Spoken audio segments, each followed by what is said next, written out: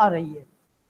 और आज कुछ डिपार्टमेंटल अर्जेंट वर्क होने की वजह से मैंने नफीस सर से क्लास एक्सचेंज किया है, इसलिए फर्स्ट पीरियड मैं ले रहा हूं और मेरी जगह पे सेकंड मेरा था वो नफीस सर आपको लेंगे। तो प्लीज आप लोग अपना माइक आप लोग ऑफ रखें, उसको म्यूट रखें, क्योंकि यहाँ पर स्पीकर से आप लोगों की आवाज आ रही है। आप लोग ये ना सोचें कि हमारी आवाज उधर नहीं जा रही थी, तो इस वजह से उस टाइम तो नहीं पता चल रहा था कि आप बात कर रहे हैं या पढ़ रहे हैं या क्या प्रॉब्लम है। और इस वक्त आपकी सारी आवाज इधर आ रही है और बिल्कुल क्लियर आपकी आवाज आ रही है, ठीक है। और थोड़ा सा कुछ नेटवर्क इशू है जिसकी वजह से कनेक्ट नहीं हो रहा था। आप लोग 1-2 मिनट में इतना परेशान हो जाते हैं कि ग्रुप में इतना मैसेज डालते कि मेरा नहीं हो रहा है। हो सकता है कि आपका नेटवर्क इशू हो सकता है कि जहां पे क्लास हो रही है वहां का नेटवर्क इशू हो, ठीक है। तो इतना परेशान होने की जरूरत नहीं है, थोड़ा सा आप लोग वेट किया करिए, थोड़ा सब्र रखिए, ठीक है। आप छोटे बच्चे नहीं हैं, सभी लोग आप लोग बड़े हैं, ठीक है। तो इस तरह से अब कोई हरकत नहीं करें जिसकी वजह से क्लास भी डिस्टर्ब हो और आपको नुकसान भी हो, ठीक है। तो हम लोग चूंकि पढ़ रहे थे क्या चीज, असबाब, मेनली पढ़ रहे थे हम असबाब का टॉपिक, और असबाब के टॉपिक में हमने पढ़ा कि असबाब की 2 किस्में हैं, असबाबे बदने इंसान और असबाबे सेहतो मर्ज। उसके बाद हम लोगों ने पढ़ा असबाबे बदने इंसान, उसके बाद हमने पढ़ा असबाबे बदने इंसान की जो 4 हैं, असबाबे मादिया, असबाबे फाइलिया, असबाबे सूरिया और असबाबे तमामिया। तो इससे पहले हम लोगों ने असबाबे मादिया पढ़ा, असबाबे मादिया के बाद हमने असबाबे फाइलिया पढ़ा, और असबाबे फाइलिया में हमने पढ़ा कि ये 2 तरह के असबाब होते हैं, एक को कहते हैं असबाबे जरूरिया और दूसरे को कहते हैं असबाबे गैर जरूरिया। और असबाबे जरूरिया में भी जो स्पेशली जो आपके एग्जाम में आता है वो असबाबे जरूरिया के नाम से ना आकर के असबाबे सित्ता जरूरिया के नाम से आता है। और मैंने आपको बताया कि असबाबे सित्ता जरूरिया में आप हमेशा याद रखिएगा उसी ऑर्डर में, यानी सीक्वेंस आप चेंज नहीं करेंगे। फर्स्ट नंबर पे हवा, दूसरे नंबर पे माकूल व मशरूब, तीसरे नंबर पे हरकत व सुकून बदनी, चौथे नंबर पे हरकत व सुकून नफसानी, 5वें नंबर पे नीदो बेदारी या नौमो यकजा, और 6ठे नंबर पे आपके एहतबासो इस्तफराग। तो इससे पहले जो असबाब सित्ता जरूरिया में आपने पढ़ा, आपने असबाब सित्ता जरूरिया में पहला हवा पढ़ा, आपने दूसरा माकूल व मशरूब पढ़ा। तो इसको पढ़ने के बाद आपको लगा कि क्यों इनको असबाब सित्ता जरूरिया के अंदर रखा गया है, और दूसरे के असबाब सित्ता जरूरिया के अंदर रखने की वजह से इसके क्या इफेक्ट होते हैं हमारे बॉडी के ऊपर।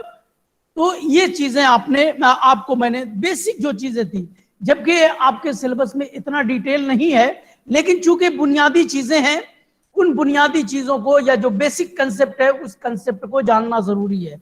अदरवाइज आप सिर्फ अगर असबाब फाइलिया की डिफिनीशन पढ़ लेते कि ये वो असबाब हैं जो इंसानी जिंदगी पर असरअंदाज होकर उसको सेहत व मर्ज की हालत में कायम रखते हैं, जिसकी वजह से आज़ा के अफाल तबई होते हैं या गैर तबई हो जाते हैं, तो आपको समझ में नहीं आता कि ऐसे कौन से असबाब हैं जिसकी वजह से आज़ा के अफाल तबई होंगे या आज़ा के अफाल गैर तबई होंगे, क्यों सेहत की हालत में होगा या क्यों मर्ज की हालत में होगा। तो थोड़ा सा 3-4 पीरियड मैंने इसीलिए इसमें लिया ताकि आपके जो बेसिक कंसेप्ट की चीजें हैं वो बेसिक कंसेप्ट की चीजें आपको मालूम रहे। तो हम आज पढ़ेंगे असबाब सित्ता जरूरिया के अंदर हरकत व सुकून बदनी।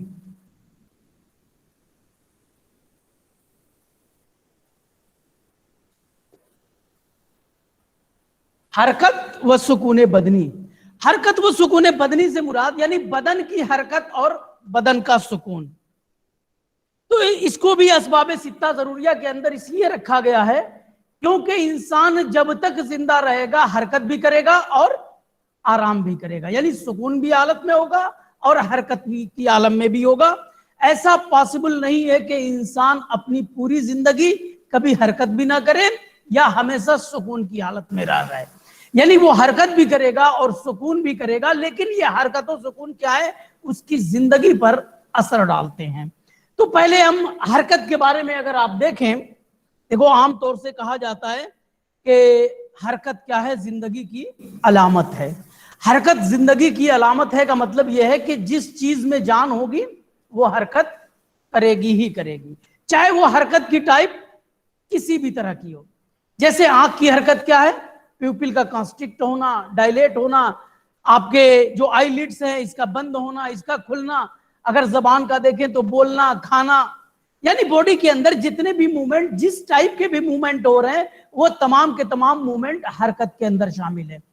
तो यहां पर हम हरकत की मुराद जो करेंगे वो पूरे जिस्म इंसान से लेंगे, बॉडी के किसी सेलुलर लेवल पे नहीं जाएंगे, बल्कि पूरे बॉडी के अंदर हरकत और सुकून की बात करेंगे।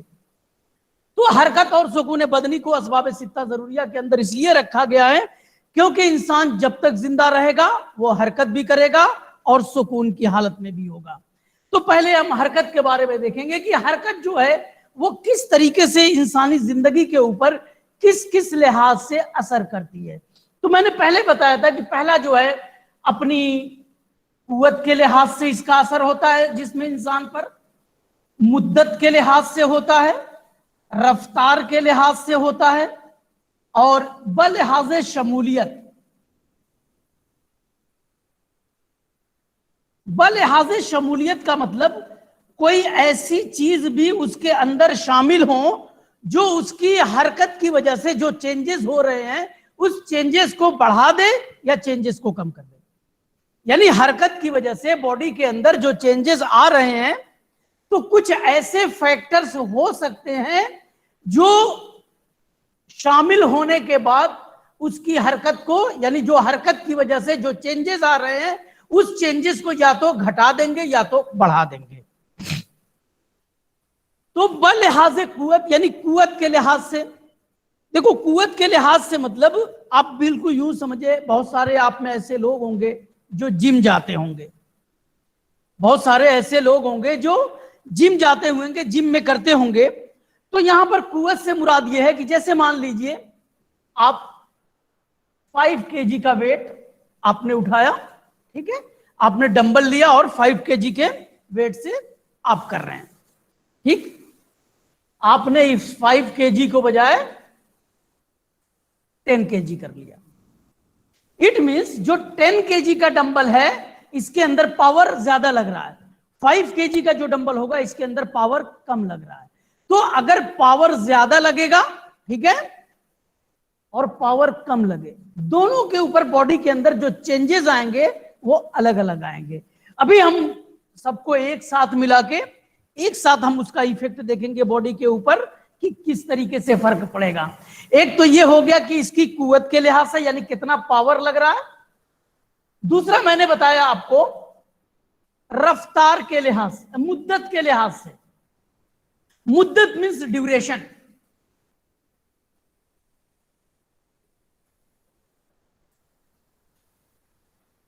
मुद्दत या ड्यूरेशन के लिहाज से आपने 5 kg का डंबल उठाया तो आपने कितनी देर तक इसको किया, मान लीजिए 3 मिनट, 5 मिनट आपने किया, ठीक है। ये एग्जाम्पल है, आपको समझाने के लिए मैं बता रहा हूं कि किस तरीके से इन चीजों का असर हमारे जिंदगी के ऊपर पड़ता है। लेकिन अगर आप 10 kg का अगर डंबल उठाएं तो आप 5 मिनट ना कर करके आप कितने मिनट करेंगे, 3 मिनट करेंगे, ठीक है। तो ये ड्यूरेशन के लिहाज से हो गया। तीसरी कंडीशन रफ्तार, यानी इसकी स्पीड क्या है, यानी जो आप हरकत हो रही है उस हरकत की स्पीड क्या है। हरकत की स्पीड अगर कम होगी तो आप ज्यादा देर तक इसको कर पाएंगे। अगर स्पीड क्या होगी, ज्यादा होगी, स्पीड कम होगी तो हरकत का ड्यूरेशन कम हो जाएगा। यानी अगर आप 5 kg का कोई डंबल आपने उठाया और आपने स्पीड ज्यादा रखा तो ये जो ड्यूरेशन है वो क्या होगा, डिक्रीज कर जाएगा। यानी अगर आपने डंबल उठाया और जल्दी जल्दी आपने किया तो क्या होगा, आप ज्यादा देर तक नहीं कर पाएंगे, ठीक है।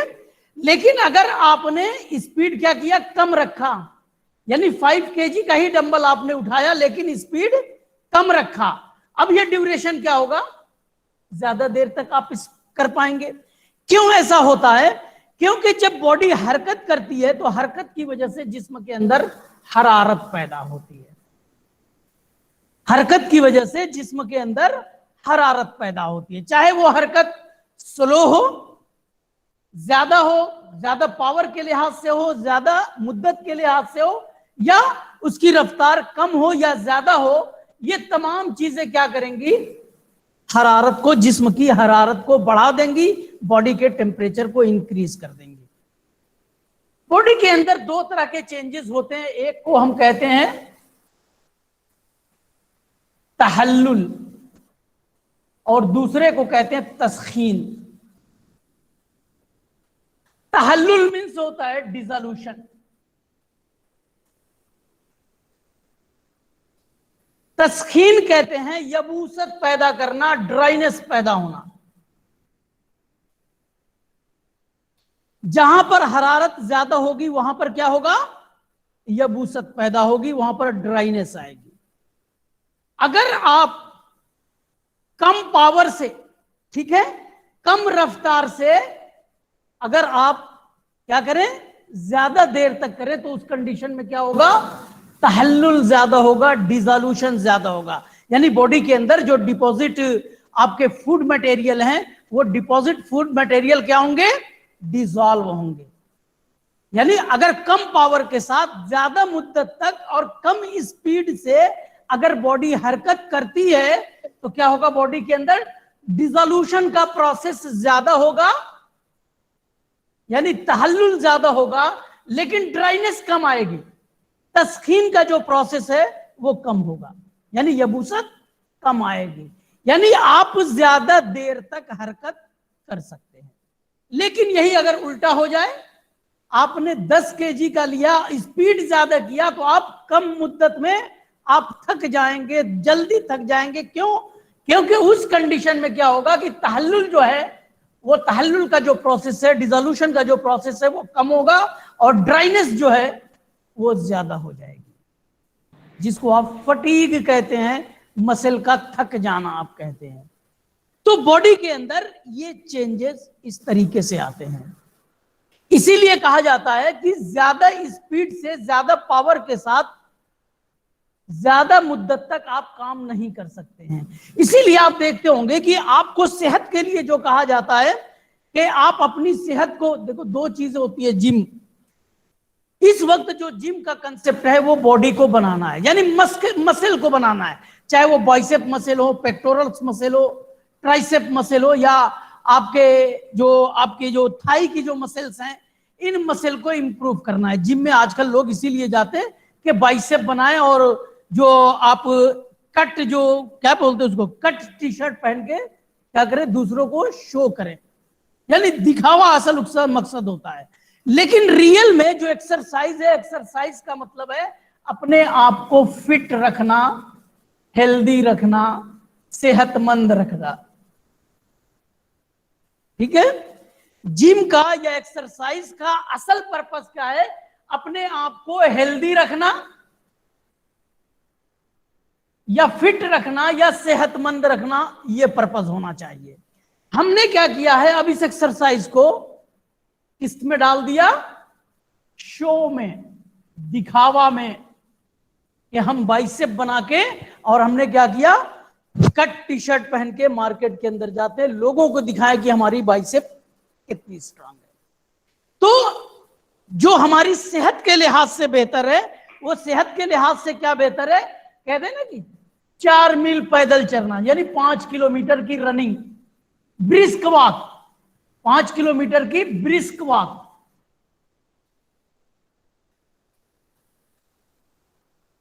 यानी चहलकदमी करना,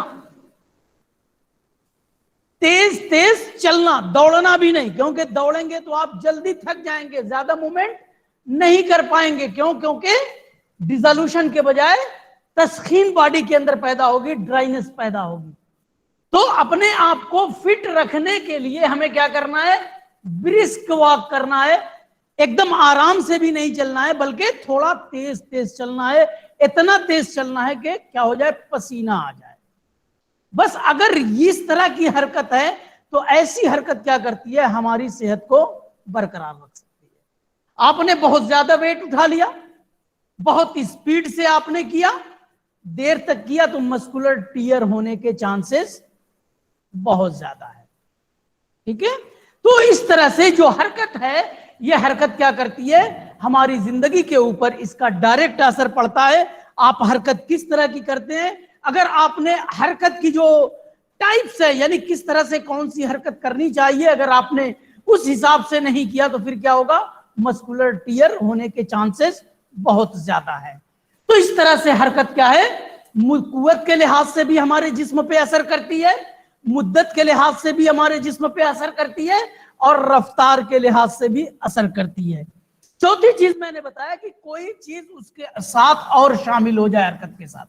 جیسے ایک آدمی ہے جس کا پروفیشن کہاں ہے, ایسی جگہ ہے جہاں آگ کی بھٹی ہے, لوہار کا کام کر رہا ہے, بیکری ہے وہاں پر, تو آلریڈی کیا ہے, وہ کام کر رہا ہے وہاں پر, چاہے وہ آٹا گود رہا ہو, چاہے وہ نکال رہا ہو, کوئلہ ڈال رہا ہو, یا اس کے اندر ایئر ڈال رہا ہو, کسی بھی طریقے سے جو فزیکل ورک کر رہا ہے وہاں پر, تو آلریڈی کیا ہے, وہاں کا انوائرمنٹ کیا ہوتا ہے, گرم ہوتا ہے.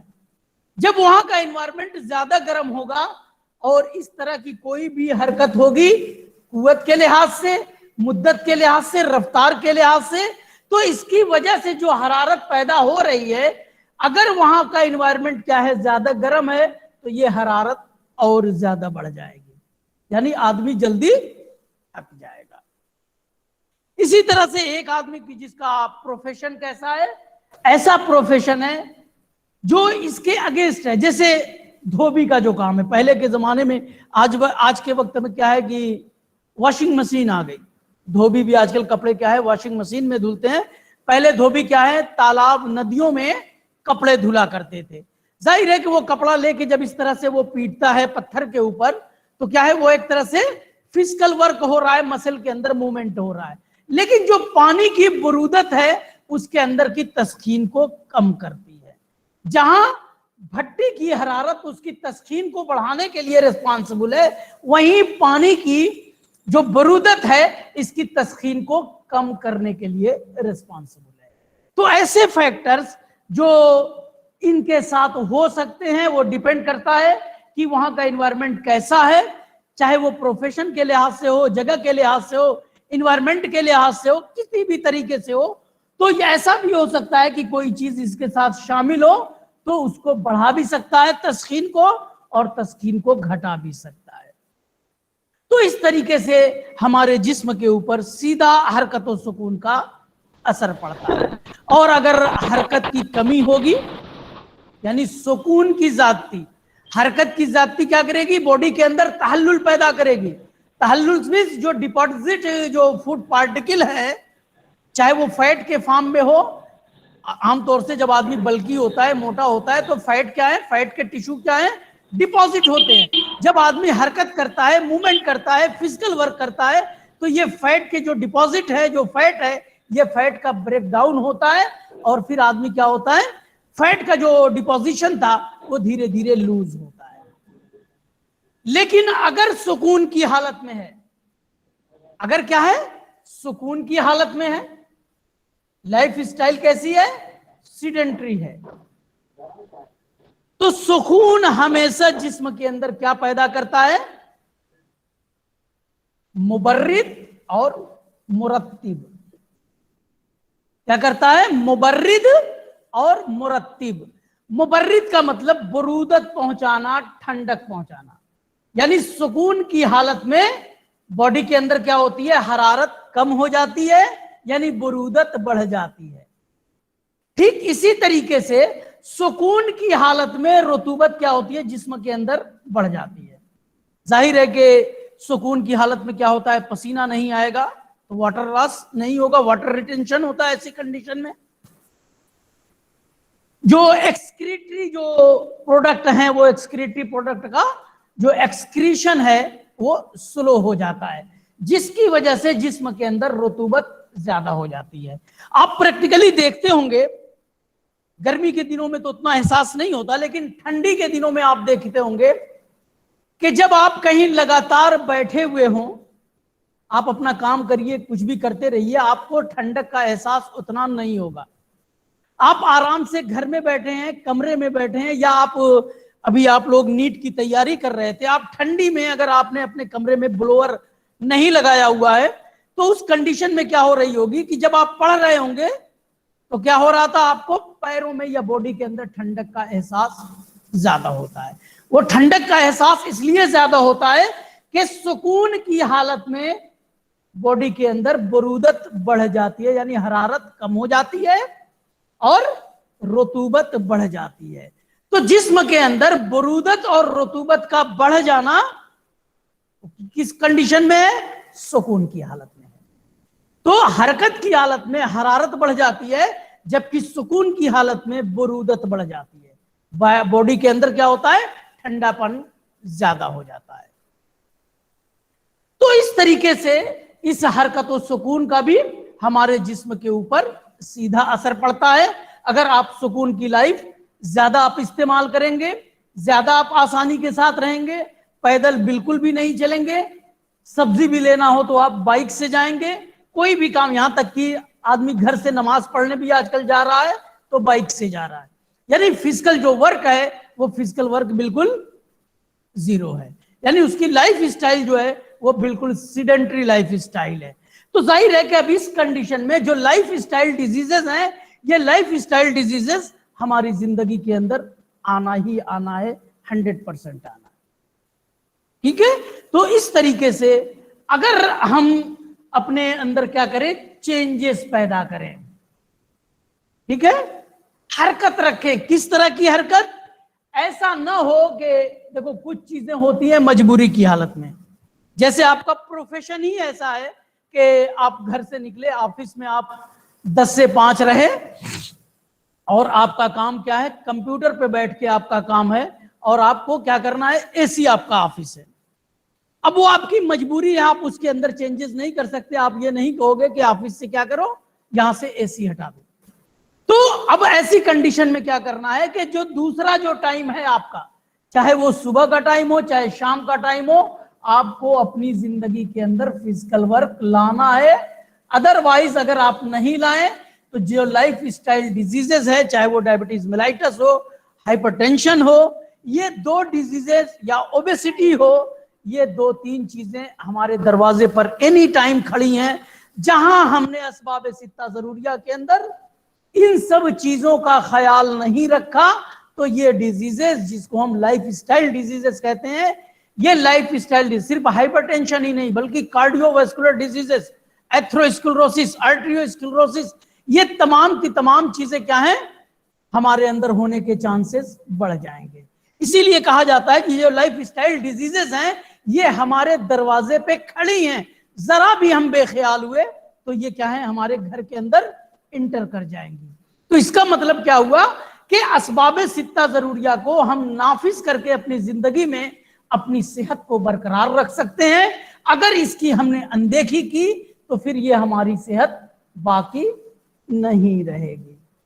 اس لیے حرکت و سکون بدنی کو بھی اسباب 6 ضروریہ کے اندر اسی لیے رکھا گیا ہے کیونکہ اس ہر بدن کی حرکت اور بدن کا جو سکون ہے, اس کا ایفیکٹ ڈائریکٹ ہماری زندگی کے اوپر پڑتا ہے. تو یہ تھا آپ کا حرکت و سکون بدنی, کہ کیوں حرکت و سکون بدنی کو ان اسباب 6 ضروریہ کے اندر رکھا گیا, اور کیا اس کی وجہ سے چینجز ہمارے باڈی کے اندر آتے ہیں.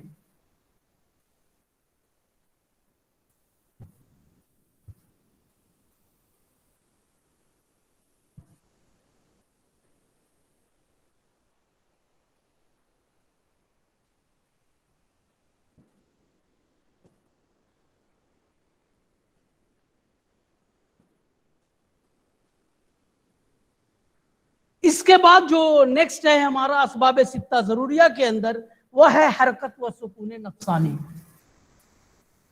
حرکت و سکون نفسانی. حرکت و سکون نفسانی سے مراد ہے انفعالات نفسانیہ.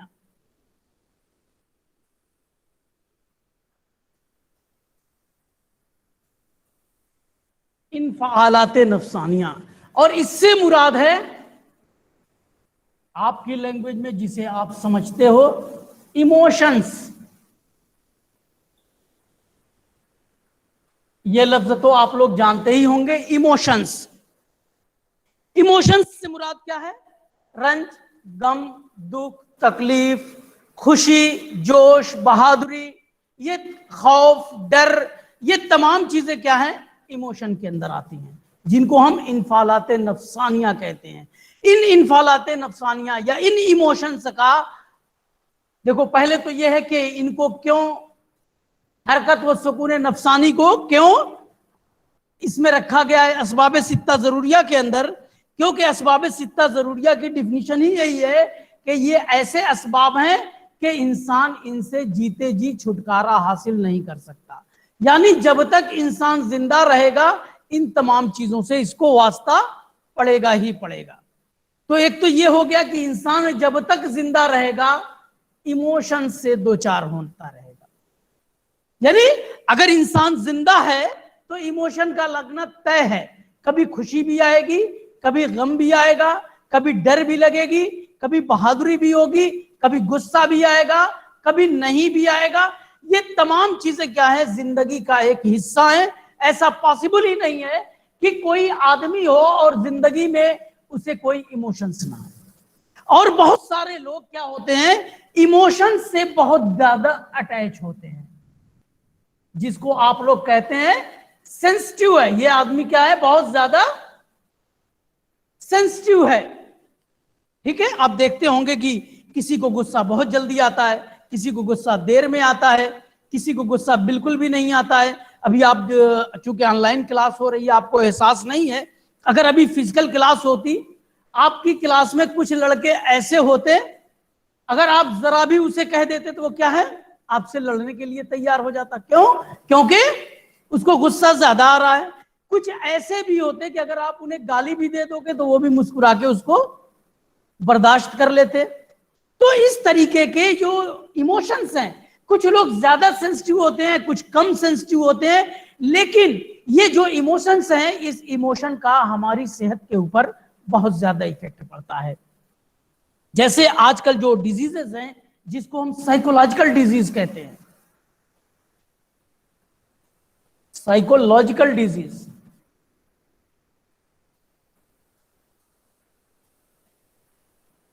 ایموشن سے یہ ریلیٹڈ ہے. سائیکولوجیکل ڈیزیز پتا چلا آدمی کیا ہے؟ ٹینشن کی حالت میں. کس سے چلا پتا چلا؟ کیا ہوا؟ کاروبار اچھا خاصا چل رہا تھا، کورونا میں لاک ڈاؤن ہوا. لاک ڈاؤن کی وجہ سے کیا ہوا؟ اس کا جو بزنس ہے وہ بزنس خراب ہو گیا. اچھے خاصا وہ کیا ہو گیا؟ بقائے دار ہو گیا. لوگوں کو اس کو بہت سارے پیسے دینے ہیں. اب وہ آدمی کیا ہے؟ ٹینشن میں آ گیا. کس کی وجہ سے؟ لاک ڈاؤن میں بزنس خراب ہونے کی وجہ سے، کہ میں نے جو مال اٹھایا تھا مال تو بکا نہیں، میں پیسے کیسے واپس کروں گا. اب وہ سائیکولوجیکل ڈس آرڈر اس کے اندر آ گئے. اب وہ کیا ہے؟ بالکل چڑچڑا ہو جائے گا، ڈپریشن میں آ جائے گا، اکیلے رہنا پسند کرے گا، لوگوں سے بات کرنا چھوڑ دے گا. تو اس طرح کے یہ جو ایموشنز ہیں، اس ایموشن سے ڈائریکٹ کیا ہے؟ ہمارا ریلیشن ہے. یعنی اس ایموشن کا ایفیکٹ ہماری صحت کے اوپر ڈائریکٹ پڑتا ہے. آپ دیکھتے ہوں گے کہ آج کل جو ڈیزیزز ہیں وہ کیا ہیں؟ ڈپریشن کی، ڈپریشن اور انزائٹی، یہ دو ایسے کنڈیشنز آ گئے کہ ایک آدمی ہمیشہ گئے. کوئی بھی ایسا گھر، کوئی بھی ایسا پریوار نہیں ہے کہ وہاں پہ کوئی آدمی کوئی انزائٹی کا مریض نہ ہو، کوئی ڈپریشن کا مریض نہ ہو، کسی طرح کی اسے ٹینشن نہ ہو. کسی کو کیا ہے؟ بچے کو پڑھانے کا ٹینشن ہے، کسی کو شادی کا ٹینشن ہے، کسی کو کسی چیز کا ٹینشن ہے، کسی کو بزنس کا ٹینشن ہے. یعنی یوں کہیے کہ اس وقت میں، اس مادیت پرستی کے دور میں یا اس پروفیشنل پیریڈ میں کیا ہو گیا؟ ہر کوئی کیا ہے؟ اس ڈیزیز سے، اس ایموشن سے گھرا ہوا ہے. یعنی سائیکولوجیکل ڈس آرڈر. تو یہ سائیکولوجیکل جو ڈیزیزز ہیں وہ ایموشن کی وجہ سے آتی ہیں. طب یونانی کے اندر جو اس کو بیان کیا گیا ہے کچھ اس طریقے سے بیان کیا گیا ہے کہ یہ جو حرکت و سکون نفسانی ہے، یہ جو انفعالات نفسانیہ ہیں، اس انفعالات نفسانیہ میں کبھی خون اور روح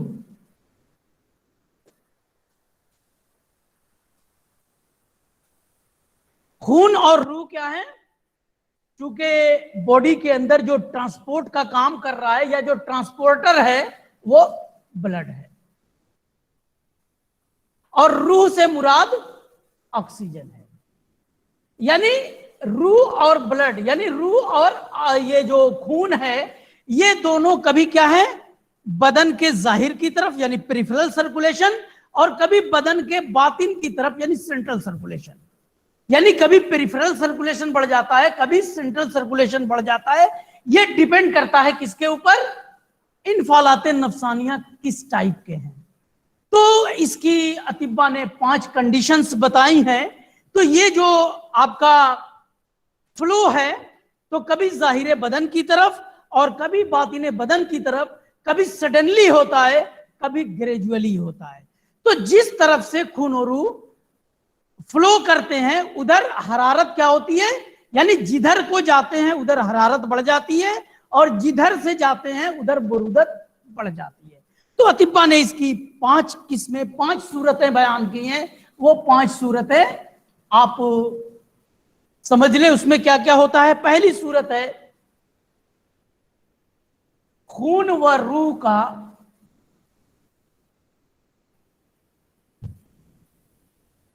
जाहिर बदन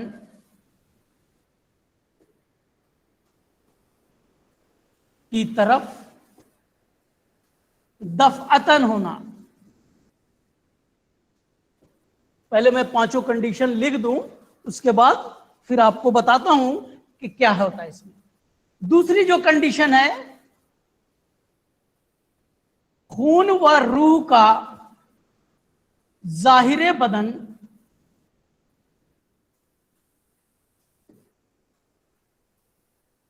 की तरफ बतदरीजन होना।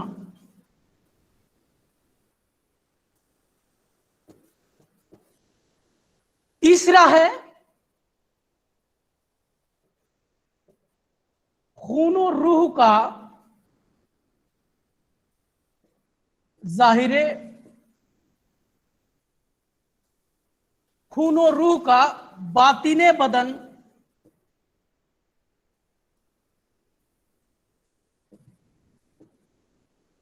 बदन की तरफ दफअतन होना।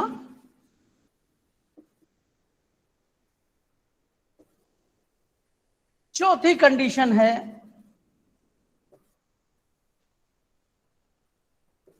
खून व रूह का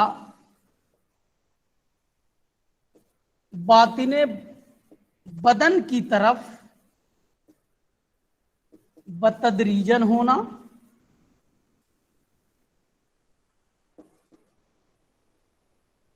और 5वीं कंडीशन है खून और रूह का जाहिर बदन और बातिने बदन एक साथ होना।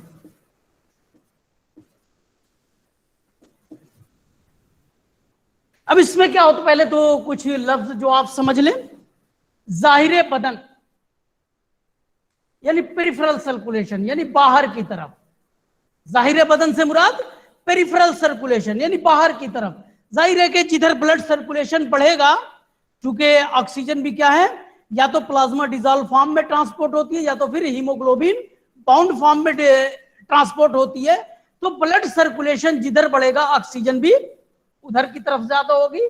और दफतन कहते हैं सडनली, अचानक। ठीक है।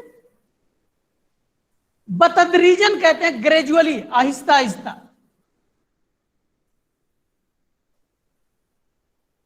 कह रहा है कि खूनो रूह का जाहिर बदन की तरफ दफअतन होना। ये किस कंडीशन में होता है? गुस्से की हालत में।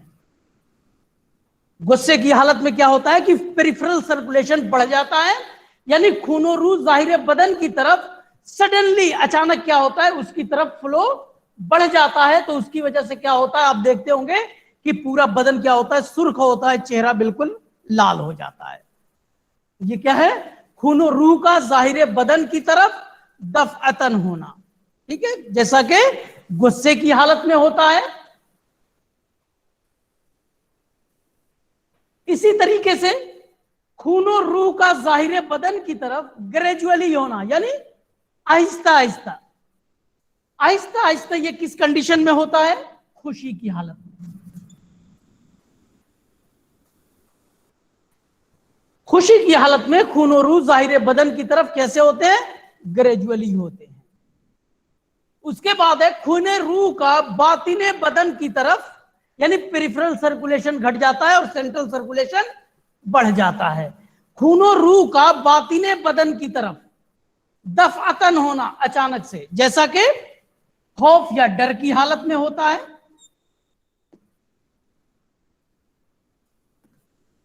खौफ या डर की हालत में होता है। फोर्थ क्या है? खून और रूह का बातिने बदन की तरफ बतदरीजन होना, यानी ग्रेजुअली। ये किस कंडीशन में होता है? गम की हालत में। कोई रंज है, कोई गम है, उस कंडीशन में। और खून और रूह का ज़ाहिर बदन और बातिने बदन एक साथ होना, यानी दो तरह के इमोशंस क्या हैं हमारे बॉडी के ऊपर एक साथ असर करें। बहुत सारी ऐसी कंडीशंस होती हैं कि दो इमोशंस एक साथ होते हैं। दो इमोशन एक साथ होने का एक बहुत अच्छा एग्जाम्पल है, जैसे मान लीजिए कि लड़के वाले आ रहे हैं लड़की देखने के लिए, ठीक है? लड़के वाले आए लड़की देखने के लिए, शादी के लिए। अब लड़की के अंदर क्या होती है? अंदर से तो ये क्या होती है? खुश होती है। खुशी की हालत में क्या होता है? खून और रूह क्या होगा? जाहिर बदन बाहर की तरफ आएगा। लेकिन चूंकि घर वाले भी वहां पर होते हैं तो उसे शर्मिंदगी भी लगती है। अब शर्मिंदगी की कंडीशन में क्या होगा? खूने रूह बातिन की तरफ बतदरीजन आएंगे। यानी दो तरह के इमोशन अगर एक साथ भी कभी कभी आते हैं तो उसका भी इफेक्ट हमारे जिस्म के ऊपर होता है। तो ये अतिफा ने हरकत और सुकून नफसानी को इस तरीके से बयान किया कि जिधर से खूने रूह जाते हैं, यानी जिधर फ्लो बढ़ता है उधर हरारत बढ़ जाएगी, जिधर से फ्लो बढ़ेगा उधर बरूदत बढ़ जाएगी। तो अगर जाहिर बदन की तरफ हो रहे हैं तो जाहिर बदन की तरफ हरारत बढ़ जाएगी, बातिने बदन की तरफ हो रहे हैं तो बातिने बदन की तरफ हरारत बढ़ेगी, जिधर से जाएंगे उधर बरूदत बढ़ेगी। तो ये था आपका हरकतों सुकून नफसानी। और मैंने आपको बताया कभी कभी ये हरकतों जो सुकून नफसानी है, कभी कभी इसमें अगर हद से ज्यादा हो जाए, हद से ज्यादा तजाउज हो जाए, इफरात हो जाए, एक्सट्रीम को पहुंच जाए, चाहे वह खुशी की हालत हो या गम की हालत हो। खुशी अगर क्या पहुंच जाए? एक्सट्रीम को पहुंच जाए, या इसी तरीके से गम जो है वो कहां पहुंच जाए? एक्सट्रीम पे पहुंच जाए। तो खुशी किया तो उस कंडीशन में क्या होता है? एक्सट्रीम खुशी की हालत में भी इंसान की मौत हो जाती है। और कभी कभी ऐसा होता है गम क्या है इतना ज्यादा हो तो उसकी वजह से भी मौत हो जाती है। खुशी की वजह से जो मौत होती है, खुशी की वजह से जो मौत होती है इसको कहते हैं शादी मर्ग। और जो गम की ज्यादती की वजह से मौत होती है इसको कहते हैं सदमा। आपने देखा होगा शादी मर्ग का एग्जाम्पल, एक अभी जो मूवी आई थी वीकली मालामाल, आपने देखा कि उसको 1 करोड़ की लॉटरी जब निकलती है तो मारे खुशी के उसकी डेथ हो जाती है। इसी तरीके से देखते होंगे कि आप अगर कोई बाहर रह रहा है, उसके घर में किसी की बच्चे की, माँ बाप की अगर मौत हो जाती है तो उसको डायरेक्ट नहीं बताया जाता। क्यों? क्योंकि इस गम की ज्यादती की वजह से उसकी मौत हो सकती है। ठीक है, तो आज के लिए इतना ही रहने देते हैं। सर भी आ गए और मुझे काम है। बाकी जो भी डाउट होंगे, जो क्वेश्चन होंगे, कल आप मुझसे पूछ लीजिएगा, कल मैं आपको बताऊंगा। ठीक है, इंशाल्लाह। फिर इसी कल से जो मेरी क्लास होगी वो सेकंड पीरियड ही होगी। ठीक है, ठीक है। अल्लाह हाफिज। शुक्रिया सर। अल्लाह हाफिज सर।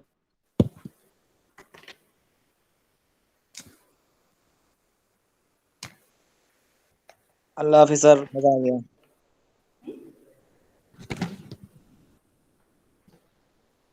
सर चले गए भाई।